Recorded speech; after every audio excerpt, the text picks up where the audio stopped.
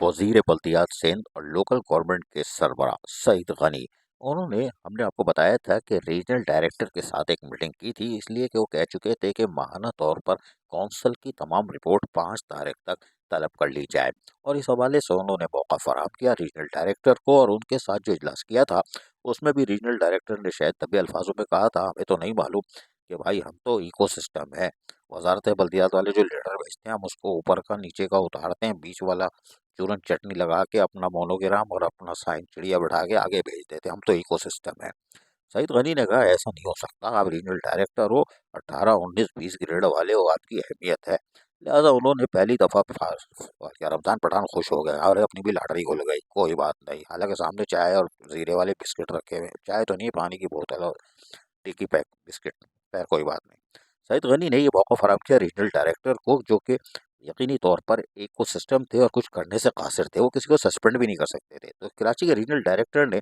फिर कराची के तमाम 25 टाउनों से रिकॉर्ड तलब कर लिया, एक परफॉर्मा दिया था कि 10 दिन में आप देंगे, वरना चेयरमैन कौंसल पूरी सस्पेंड होगी। इस तरह सिंध के तमाम रीजनल डायरेक्टर भी अब हवा भर गई है, वो भी सामने आ गए। मीरपुर खास डिवीजन के रीजनल डायरेक्टर ने एक ऑर्डर निकाला 12/12/2024 को, 693/2024, और उसमें उन्हें तमाम मेयर, म्यूनसिपल कमिश्नर और जो भी उनके लोग हैं नीचे के, उन्होंने उनसे रिकॉर्ड तलब कर लिया है कि भैया हम सर्दी में बर्फ बेचेंगे क्या, तुम अब हम भी रिकॉर्ड लेंगे। अब हमें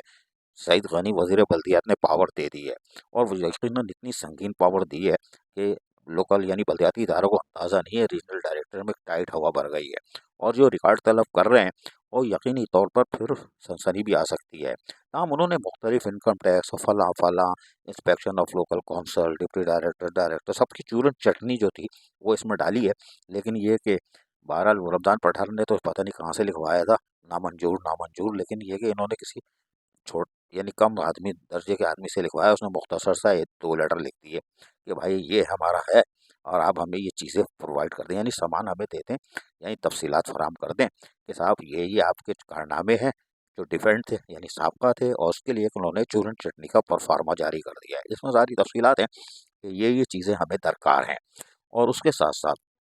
उसमें कौन सी करारदाद थी आपकी, क्या थी, और किस तरह फंड आपने रेस किया है, ख़त्म किया है,